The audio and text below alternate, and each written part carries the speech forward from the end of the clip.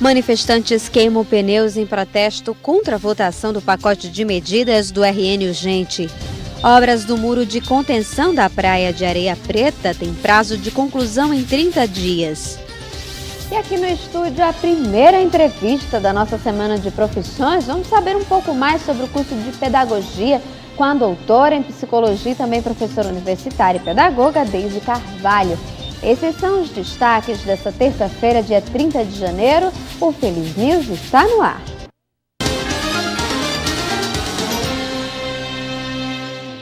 Boa noite. Nessa terça-feira, o clima amanheceu tenso nos arredores da Assembleia Legislativa, onde está prevista a votação de 5 projetos do RN urgente. Manifestantes queimaram pneus em protesto contra a votação. Os vestígios dos pneus queimados por manifestantes por volta das 7 horas da manhã de hoje seguem ao lado do chão do Palácio Felipe Camarão, sede da Prefeitura de Natal.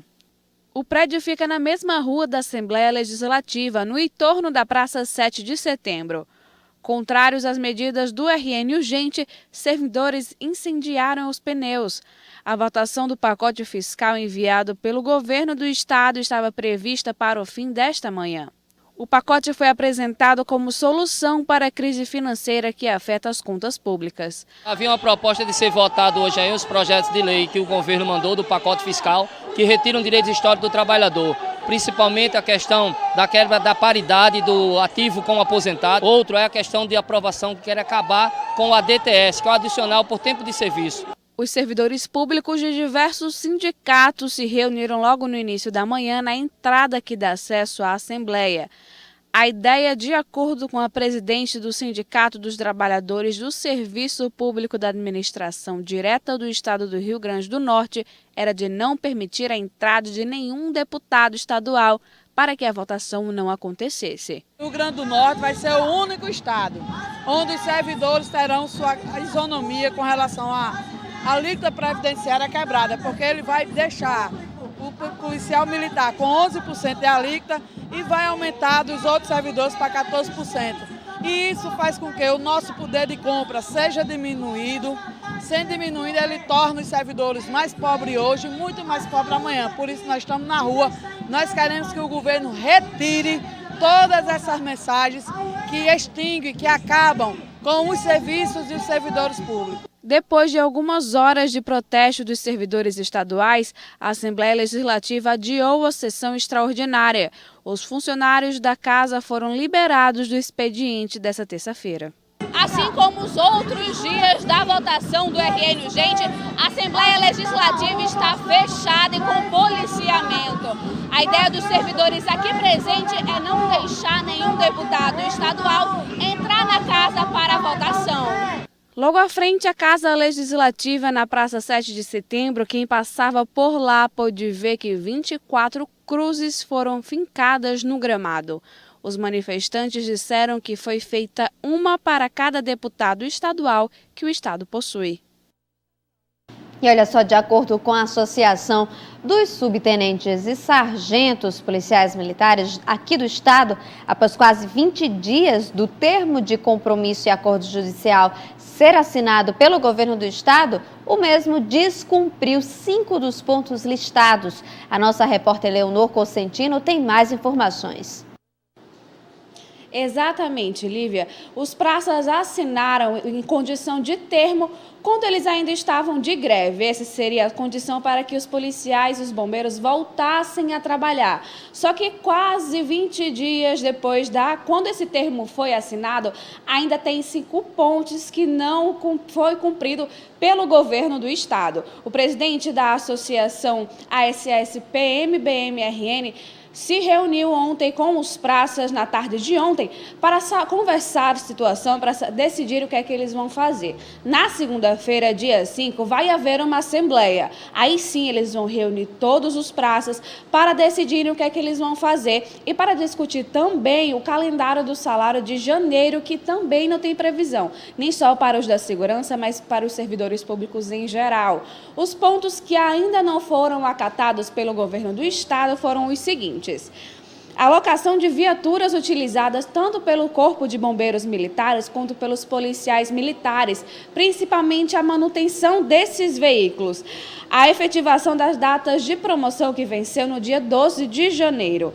O envio da Lei Orgânica Básica, Código de Ética e Estatuto da Polícia Militar do Rio Grande do Norte à Assembleia Legislativa para votação, que deveriam ter sido enviadas até o dia 25 de janeiro e não foram. Hoje já são 30. Outra também foi a melhoria do Centro Integrado de Apoio Social ao Policial, que desde o dia, há 20 dias atrás, quando foi assinado, não teve nenhuma nova mudança, nenhuma atualização para que melhorasse esse centro de apoio aos policiais. Outra foi a mudança na escala das guaritas de presídios, que se adequaria à legislação em vigor. Como é que funcionaria? Seriam 4 horas de descanso para esses policiais que trabalham nas guaritas por 2 horas trabalhadas, que deveria começar a funcionar a partir de quando foi assinado o termo de compromisso e acordo judicial com o governo do estado. Então, esses foram os 5 pontos que não foram ainda atendidos pelo governo, mas que fazem parte da condição dos policiais militares e do Corpo de Bombeiros a trabalhar. Na segunda-feira, dia 5, a gente vai ter uma nova atualização, saber qual vai ser o próximo passo a seguir da associação. Volto com você, Lívia. Obrigada, Leonor, pelas informações. Vamos aguardar, até a segunda-feira, dia 5, para ver qual vai ser a atualização, qual vai ser a medida que o governo vai tomar até lá. E olha só, bandidos explodiram um caixa eletrônico e arrombaram também uma agência dos Correios em São Tomé, cidade da região Agreste Potiguar. Os ataques aconteceram na madrugada desta terça-feira, dia 30. De acordo com a Polícia Militar, os bandidos chegaram na cidade por volta de 1h40 da madrugada em 2 caminhonetes fortemente armados. Além de explodirem a agência, os criminosos atiraram pelas ruas da cidade. A PM não soube informar se o dinheiro foi levado. Vamos agora para o intervalo comercial e veja a seguir. Obras do muro de contenção da Praia de Areia Preta têm prazo de conclusão em 30 dias. É logo depois do intervalo, a gente volta já.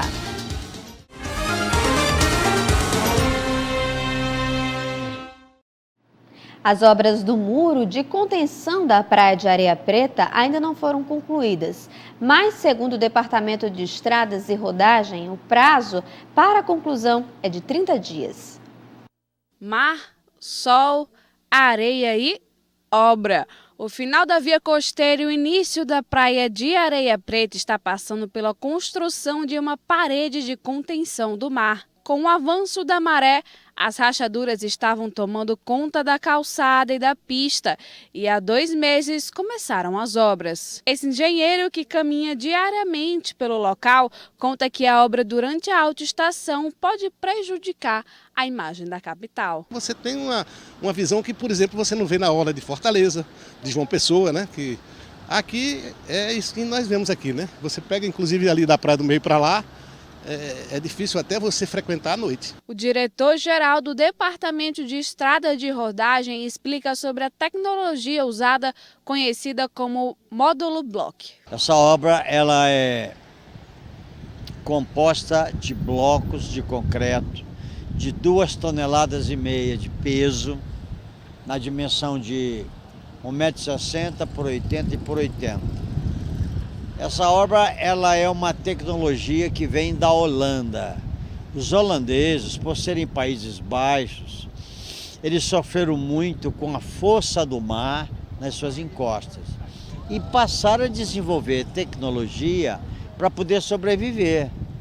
Então nós fomos buscar no conhecimento e na experiência holandesa essa tecnologia.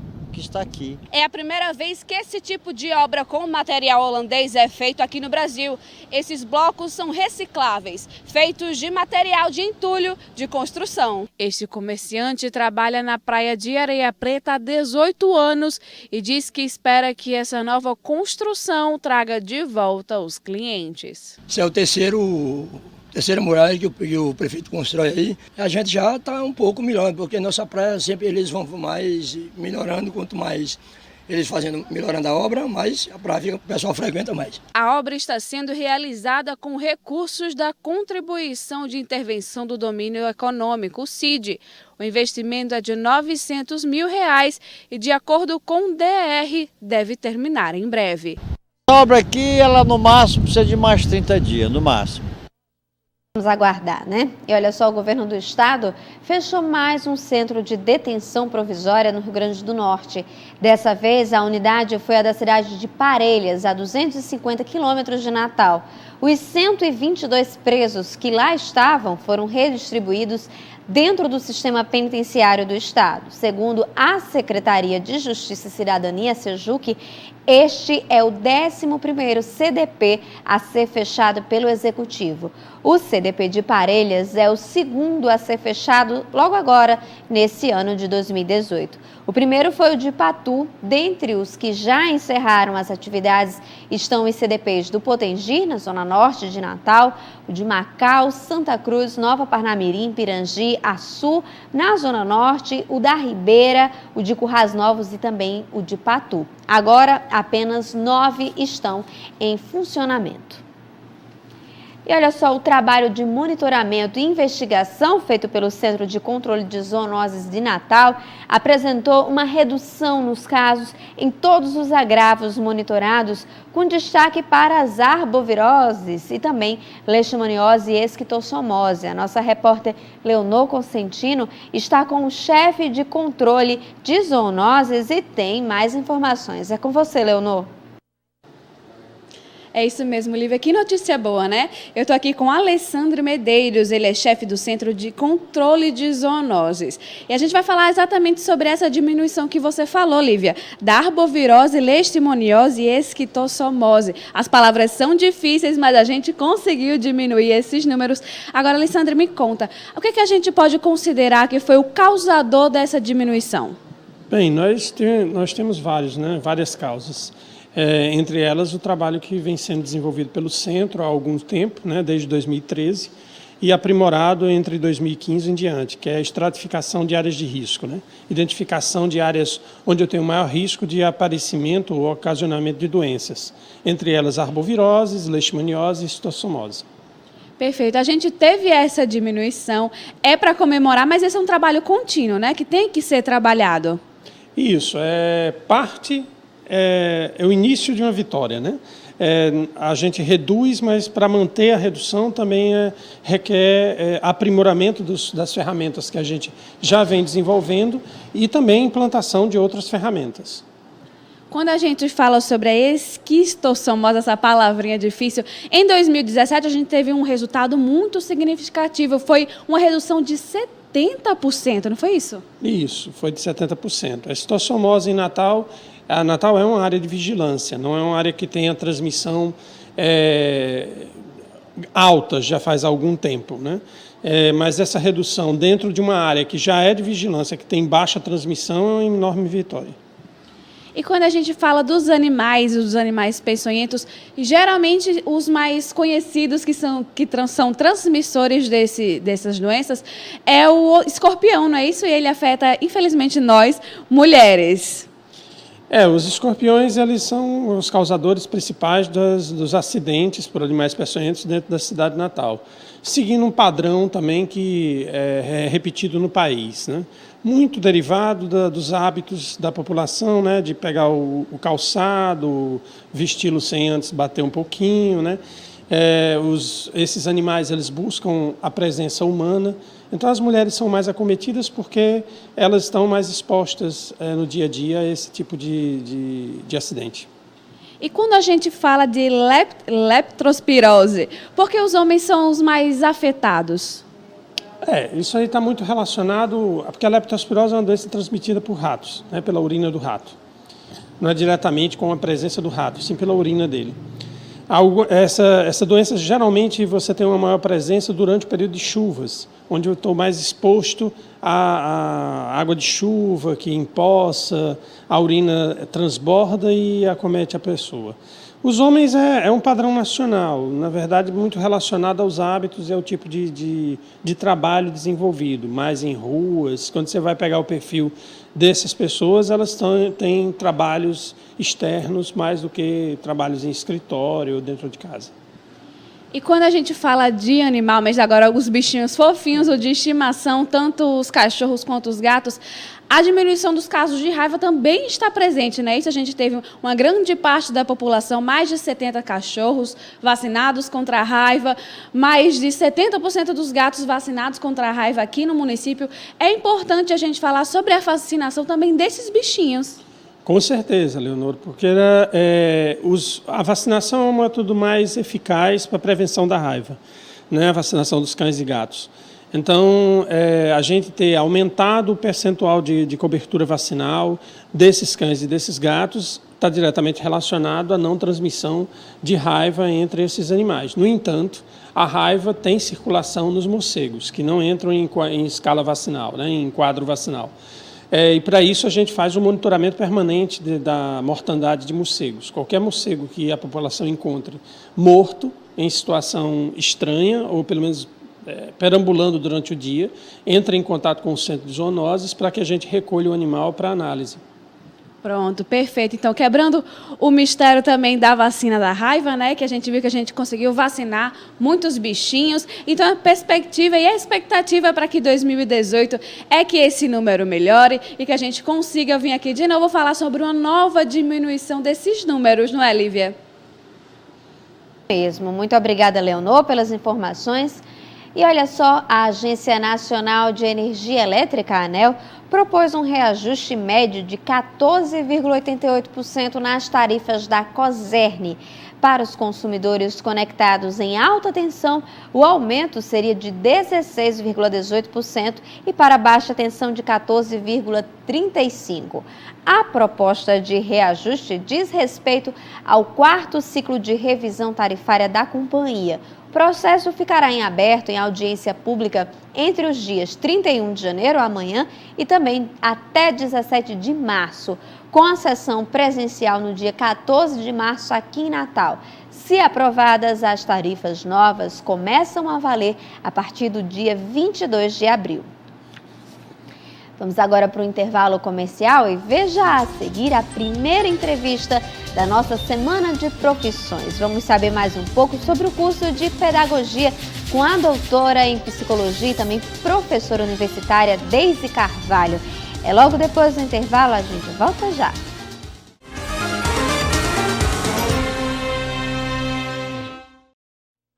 Acompanhe agora o nosso giro de notícias com as principais notícias do Brasil e do mundo.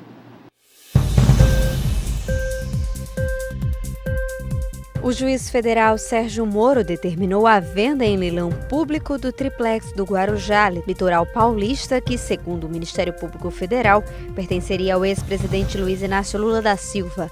A decisão foi tomada após o imóvel ter sido penhorado a pedido da 2ª Vara de Execução de Títulos Extrajudiciais da Justiça Distrital de Brasília, em processo da empresa Massif contra a OAS. Segundo a defesa de Lula, a decisão dessa penhora pela própria Justiça comprovaria ser a OAS a verdadeira dona do triplex e não o ex-presidente. Na decisão anunciada por Moro na noite da segunda-feira, o juiz argumenta que o imóvel foi inadvertidamente penhorado, pois o que é produto de crime está sujeito a sequestro e confisco, e não a penhora por credor cível ou a concurso de credores. O juiz determina que os valores a serem obtidos com o leilão sejam revertidos à Petrobras. Os aprovados na primeira chamada do Sistema de Seleção Unificado, SISU, devem procurar a partir de hoje as instituições escolhidas para efetivação da matrícula. O período de matrícula vai até o dia 7 de fevereiro. O SISU é o sistema informatizado do MEC, utilizado por instituições públicas de educação superior na oferta de vagas a estudantes com base nas notas obtidas no Exame Nacional do Ensino Médio, Enem. Nesta segunda-feira, o Ministério da Educação abriu a consulta para vagas do Programa Universidade para Todos, o ProUni. Neste ano, serão oferecidas 242 mil bolsas de estudos, integrais e parciais, em 2.976 instituições privadas de educação superior.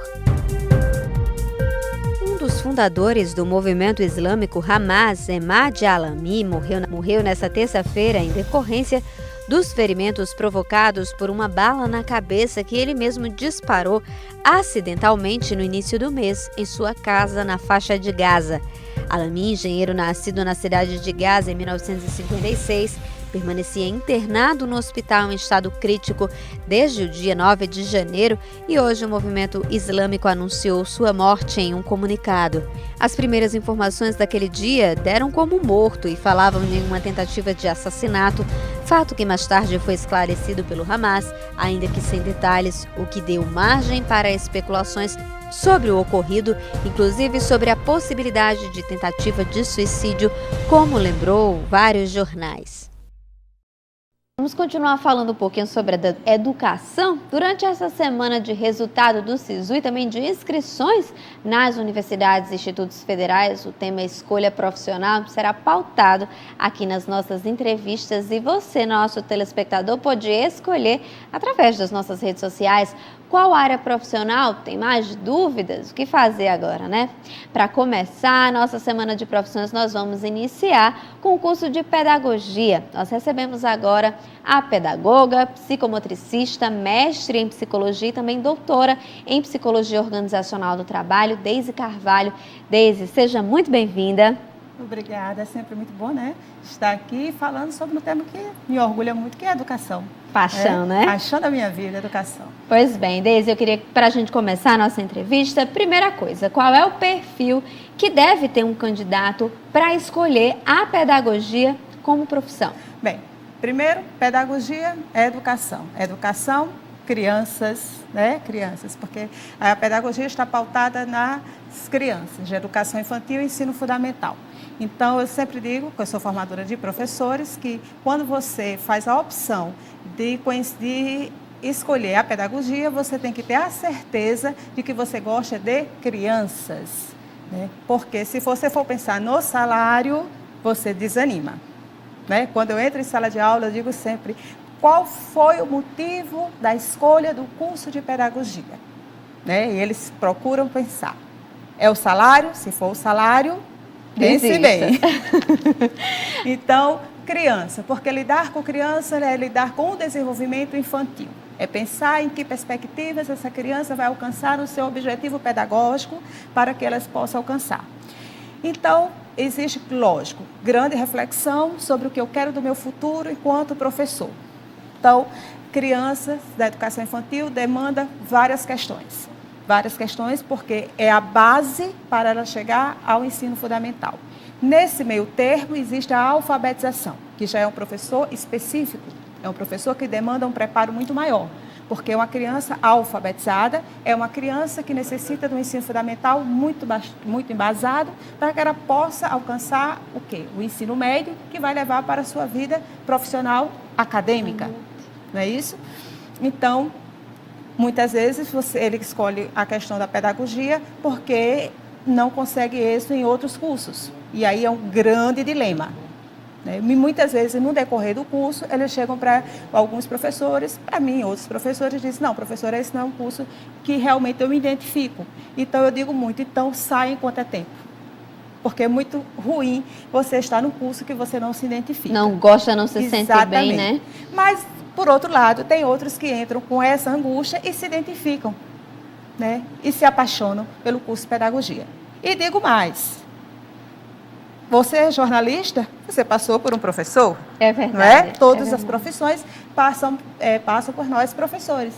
E o curso de pedagogia, eu digo que é o curso mais rico, porque ele transita em todas as áreas, como antropologia, filosofia, psicologia, a biologia, como todas as demais matérias. Fernanda, Deise, eu queria que você explicasse também para a gente qual é a área de atuação hoje do pedagogo que cada dia tem se expandido cada vez mais, né? Inclusive a pedagogia hospitalar. Isso. Inclusive eu tenho um curso de pedagogia hospitalar, de especialização. Né? Então, a pedagogia ela não fica restrita só à escola no sentido da educação infantil e o ensino fundamental. Não, ela vai para a gestão, a supervisão e nas outras áreas de empresas também. Tem a pedagogia empresarial, que é um ramo muito bem aceito. É porque Natal ainda não temos um campo muito expandido, né? Porque são poucos profissionais que procuram essa área. Precisa ter uma formação mais específica. É o que eu digo aos meus alunos, vocês precisam ler mais e precisam se qualificar melhor para essa área. Então, a pedagogia na questão empresarial é muito gratificante. Hospitalar também, precisamos também, temos até estágio nessa área, mas precisa também ter uma identificação, que mexe também com o emocional. Deise, para a gente finalizar, né?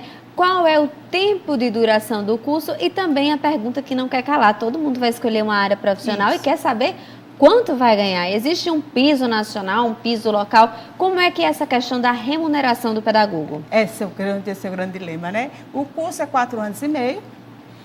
O piso salarial, que é nacional, hoje 2018 está 2.455,35 centavos. É um piso, né, pequeno, mas varia de estado para estado. Também nas escolas privadas tem uma variação, né? Tem algumas escolas de bairro que pagam o salário mínimo, tem escolas privadas que pagam 1.000 e pouco. Tem outras que é 2.000 e alguma coisa. Então, assim, vai ter uma variação realmente salarial muito gritante. Não vou dizer que não existe, porque existe. Então, assim, não existe uma regra de salário, infelizmente. O professor era para ganhar muito bem.